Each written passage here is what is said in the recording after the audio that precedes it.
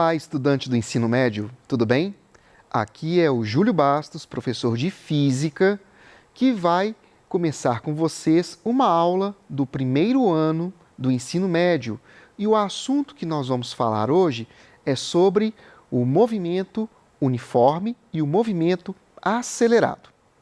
Bom, para a gente poder falar sobre o que é movimento, a gente precisa definir certas grandezas na física.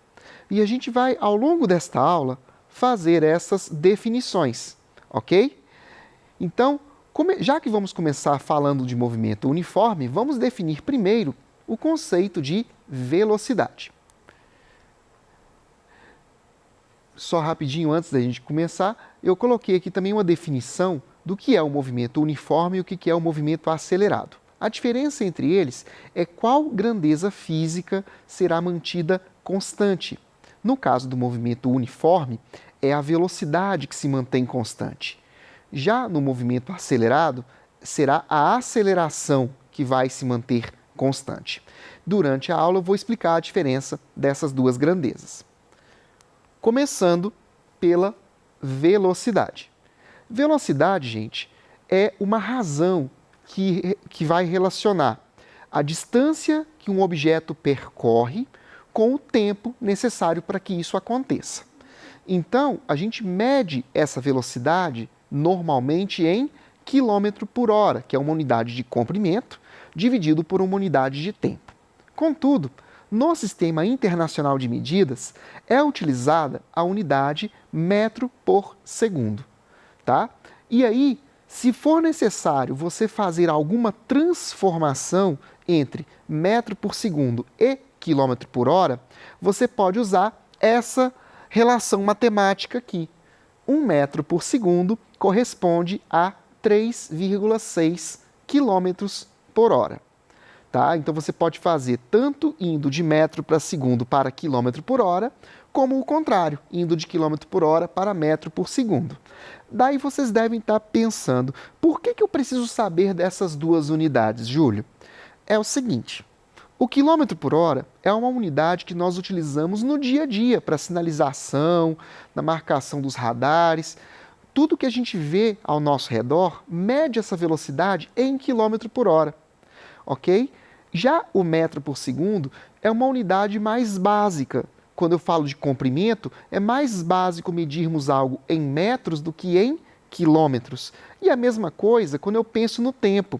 Apesar do tempo ser medido em horas, ou minutos, ou segundos, o segundo é a unidade padrão no meio científico. Daí a necessidade da gente saber que existem essas duas possibilidades de medirmos a velocidade e de como saber tratar essa informação quando for necessário. Ok? Outra coisa importante quando falamos de movimento uniforme é sobre a classificação desse movimento. Ele pode acontecer no sentido crescente das posições ou no sentido decrescente. Quando esse movimento acontece no sentido crescente das posições, nós classificamos o movimento como movimento progressivo. E quando ele segue no sentido decrescente, chamamos de movimento regressivo ou retrógrado. Tá? Um exemplo simples para vocês poderem entender isso é você imaginar a rua da sua casa. Aonde você mora, sua casa ou o prédio onde você vive, tem um número que está numa ordenação naquela rua. Se você segue no sentido crescente das numerações daquela rua, você estaria descrevendo um movimento progressivo. Agora, se eu vou no sentido decrescente da numeração da minha rua, eu estou indo fazer um movimento regressivo ou retrógrado. É possível falar uma coisa ou a outra, tá bom, gente? Porque em alguns livros de física vocês vão encontrar a palavra regressivo, em outros você vai encontrar a palavra retrógrado, mas é a mesma coisa, tudo bem? Outra coisa interessante quando falamos de movimento uniforme é em relação à função horária das posições. Toda vez que a gente fala sobre função horária, eu pelo menos quando estou dando aula de física para os meus alunos, eles se assustam um pouco com essa ideia de função horária, acham que eu estou falando de uma coisa que é outro mundo, física avançada. Não, gente. Função horária é simplesmente uma forma matemática de podermos prever o comportamento que um corpo vai ter ao descrever esse movimento, seja ele uniforme ou acelerado. Vocês vão ver que essas funções horárias existem para os dois tipos de movimento, tá? Mas ela serve para isso, para a gente poder prever o que vai acontecer ao longo do tempo, conhecendo algumas informações. Por exemplo, no caso do movimento uniforme, se a gente pegar a expressão geral, que é essa que está aqui na minha tela, S igual a S0 mais V vezes T, normalmente a gente já conhece a posição inicial, que é o S0, e já conhecemos a velocidade do movimento. Então, se por exemplo, eu dou a informação do tempo, eu consigo descobrir em que posição final este objeto estará. Ou, se eu der a posição final, eu consigo descobrir em qual instante de tempo esse objeto estará naquele local. A gente pode usar isso para inúmeras aplicações. Podemos pensar isso para movimento de automóveis, de pessoas ou até mesmo de naves espaciais. A gente pode usar as funções horárias para qualquer uma dessas situações. E eu vou colocar aqui um exemplo para a gente poder entender melhor como que funciona a função horária da posição num movimento uniforme. Olha só, um motorista observa que, em um determinado instante, passou pela placa que indicava quilômetro 500 em uma estrada. Essas placas, gente, vocês encontram em qualquer estrada, seja uma BR ou uma estrada estadual, tem aquelas placas de marcação quilométrica. Se você já viajou de ônibus, ou de carro, já percebeu isso, né? Então, ele passou por uma placa que indicava quilômetro 500. E aí, estamos vendo aqui que ele segue com uma velocidade média constante de 60 km por hora. O que significa isso? Não quer dizer que esse motorista permaneceu o tempo todo dirigindo a 60 km por hora. Ele pode ter ido a 80, ido a 40, pode ter parado um momentinho. Então, eu estou falando de média, não estou falando de velocidade instantânea. Velocidade instantânea, só para deixar claro, é aquela que você vai observar no velocímetro do carro. A velocidade média, ela leva em conta tudo o que aconteceu dentro de um intervalo de tempo maior, ok? Então, vamos imaginar que esse motorista conseguisse manter uma velocidade média de 60 km por hora. Em que posição da estrada ele vai estar depois de 3 horas? Ok? Então, percebam aqui uma coisa importante. Eu tenho que ter todas as unidades de medida da posição, da velocidade e do tempo trabalhando de forma compatível.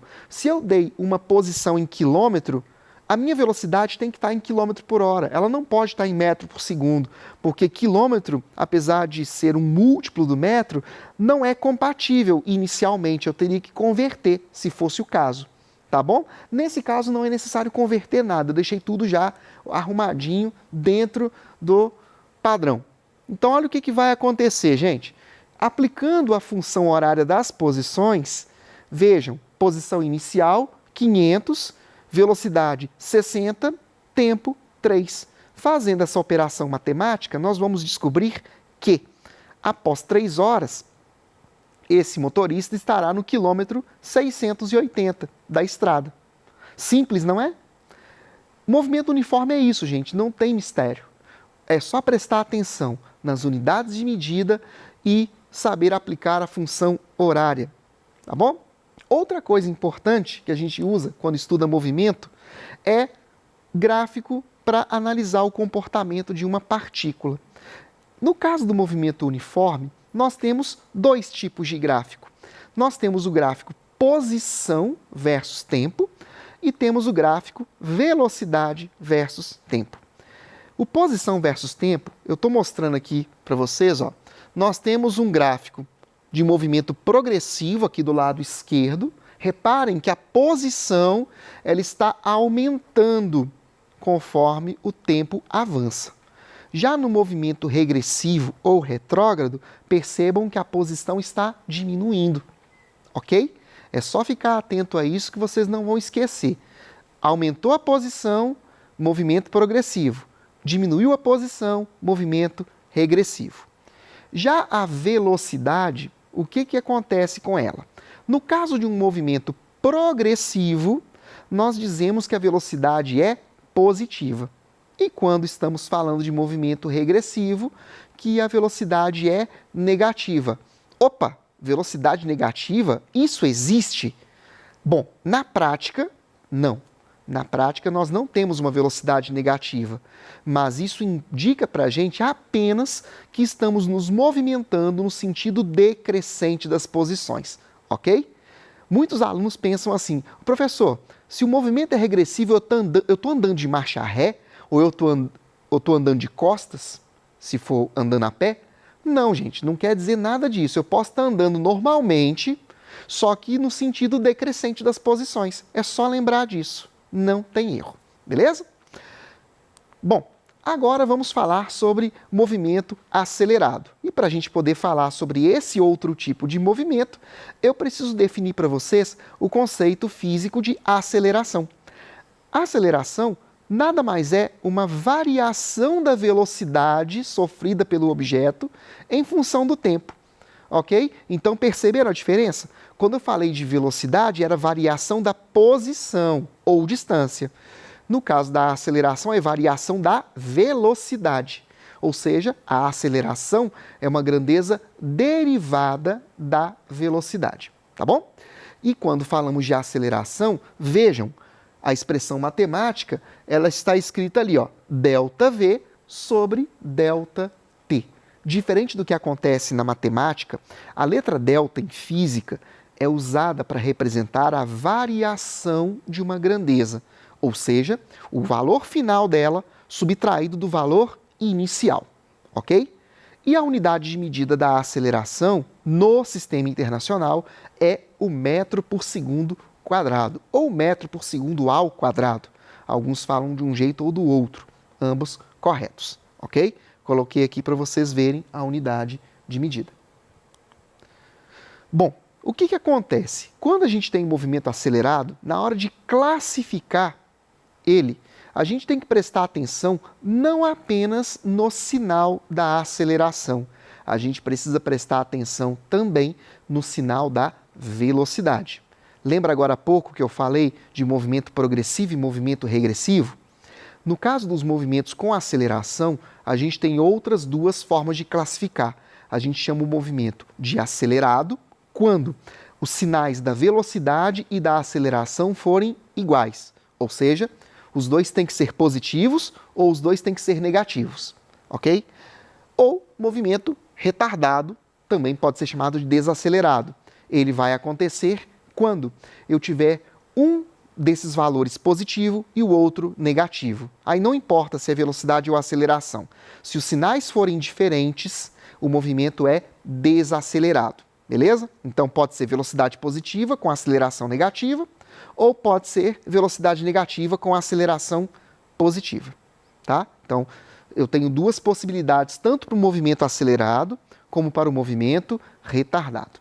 Tá? Muita gente, quando eu falo a palavra retardado, e como eu dou aula para ensino médio, né, primeiro ano, 14, 15 anos em média, tem muito aluno que começa a fazer gracinha quando você fala a palavra retardado, mas não tem nada a ver com retardo intelectual, tá, gente? É sentido de retardarmos o movimento. Retardarmos é frear, é diminuir o módulo da velocidade, beleza? Continuando, gente, agora eu vou falar de funções horárias para o movimento acelerado. Aqui a gente tem que prestar atenção porque ao invés de termos uma expressão matemática, nós teremos três. Duas delas são funções horárias, ok? A função horária da velocidade, que é essa que está aqui na tela, que eu estou mostrando para vocês, ó. Velocidade final é igual à velocidade inicial mais aceleração vezes tempo. Essa expressão ela pode ser usada, por exemplo, quando um fabricante de automóveis quer determinar a aceleração de um carro, partindo do repouso. Ele quer fazer um teste de 0 a 100 km por hora. Se ele mede o tempo em que isso acontece, ele consegue calcular a aceleração, ok? Ou a desaceleração, se eu estiver fazendo teste de frenagem também. Eu posso usar a mesma expressão, ok? Função horária da posição. Essa assim como no movimento uniforme, vai nos permitir prever a posição de um objeto desde que a gente conheça as informações adequadas. Se a gente conhecer a posição inicial, conhecer a velocidade inicial e conhecer a aceleração, colocando o tempo, a gente consegue ver que o objeto ocupa sucessivas posições no espaço. Tá? Então eu coloquei também uma legenda aqui para que vocês, estudantes, possam acompanhar o que significa cada uma dessas letras dentro da expressão. Ok? O que acontece na maioria dos exercícios é você ter vários termos iguais a zero. Por exemplo, a posição inicial e a velocidade inicial aqui, elas normalmente são iguais a zero. Isso facilita bastante a sua vida na hora de resolver o exercício. Ok? E, finalmente, a última expressão do movimento acelerado, que é a equação de Torricelli ou Torricelli. Ela tem uma diferença fundamental em relação às outras expressões que eu mostrei até aqui. Observem, de todas elas, é a única que não tem a grandeza física tempo. Isso pode ser algo interessante que pode facilitar a sua vida na hora de resolver um problema. Pode ser um trunfo. Às vezes você vai pegar um exercício, seja no PET ou em outro material didático, onde você pode ter mais de um jeito de resolver o problema. Só que, em certas situações, a equação de Torricelli, ela vai facilitar o seu processo de resolução. Ao invés de você fazer 2 ou 3 operações, você vai fazer apenas uma. Claro, depende dos valores e das informações que forem dadas no exercício. Tá bom? Da mesma forma que eu fiz nas outras fórmulas, coloquei também aqui a explicação de cada uma das letras que está presente ali. Beleza? Bom, também vou falar um pouquinho para vocês sobre o que é queda livre. Queda livre, gente, nada mais é um tipo de movimento acelerado. Só que esse movimento específico, ele tem algumas características que são únicas. Por exemplo, a queda livre, ela sempre parte do repouso, ou seja, sempre inicia-se com velocidade igual a zero. Segundo ponto importante da queda livre, se trata de um movimento exclusivamente na direção vertical para baixo, ok? Não existe queda livre quando eu jogo um objeto para cima. Nesse caso, estamos falando de lançamento vertical, que também é um movimento acelerado. Mas aí é a mesma lógica das expressões que eu mostrei agora há pouco. E a aceleração deste movimento tem um valor fixo, que é igual a g. G, pessoal, corresponde à aceleração gravitacional. Esse valor aqui na Terra vale aproximadamente 9,8 metros por segundo ao quadrado. Porém, na maioria dos exercícios que você vai fazer, pode arredondar esse valor para 10 metros por segundo ao quadrado. A não ser, claro, que o exercício te exija a utilização desse valor, tá bom? E para finalizar, eu quero mostrar para vocês também os gráficos do movimento acelerado. Agora a gente tem 3 tipos de gráfico. Nós temos o gráfico posição versus tempo, que vai aparecer na forma de uma parábola, que pode ser tanto uma parábola com a concavidade para baixo, como com a concavidade para cima, ok? O gráfico da velocidade versus tempo, que vai ser uma reta inclinada, a velocidade pode aumentar ou diminuir, e o gráfico da aceleração versus tempo, ok? Existem algumas coisas que a gente pode falar mais adiante a respeito dessa análise de gráficos, tá? Mas aí eu vou deixar para falar isso numa aula mais para frente, tudo bem? Pessoal, muito obrigado pela atenção de vocês. Estudem, façam os exercícios do PET e qualquer coisa estamos aqui para ajudá-los. Bons estudos!